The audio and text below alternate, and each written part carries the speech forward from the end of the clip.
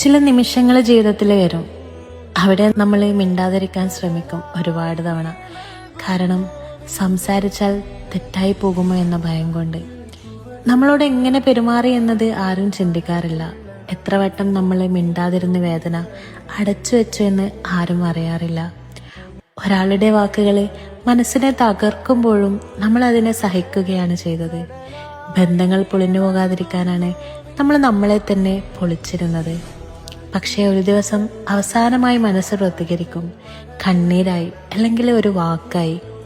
അന്നാണ് കഥ മാറുന്നത്. അവരുടെ പെരുമാറ്റമല്ല, നമ്മുടെ പ്രതികരണമാണ് എല്ലാവർക്കും വലിയ വിഷയം. ഇത്രയും മാറിപ്പോയി, മുമ്പ് ഇങ്ങനെ ആയിരുന്നില്ല എന്നിങ്ങനെ ആളുകൾ പറയും. പക്ഷെ ആ മാറ്റത്തിന് പിന്നിലെ വേദനയെ ആരും ചോദിക്കില്ല. ജീവിതം നമ്മളെ പഠിപ്പിക്കുന്ന ഏറ്റവും വലിയ പാഠം ഇതാണ്: എല്ലാവരും നമ്മളെ മനസ്സിലാക്കണമെന്നില്ല.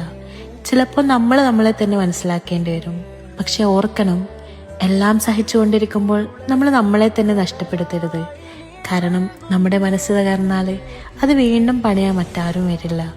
ഒരുപാട് ബന്ധങ്ങൾ നമ്മൾ രക്ഷിക്കാൻ ശ്രമിച്ചു, പക്ഷെ ഒരിക്കൽ നമ്മളെ രക്ഷിക്കേണ്ട സമയം വരും. ആ സമയത്ത് തെറ്റായി തോന്നിയാലും സ്വയം തിരഞ്ഞെടുക്കുക. കാരണം മറ്റുള്ളവരുടെ കണ്ണിൽ നമ്മൾ തെറ്റായ കഥയായാലും നമ്മുടെ മനസ്സിൽ നമ്മൾ ശരിയായ സത്യമായിരിക്കും.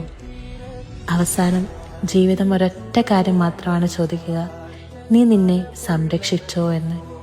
അതിനുള്ള ഉത്തരമാണ് നമ്മുടെ യഥാർത്ഥ സമാധാനം.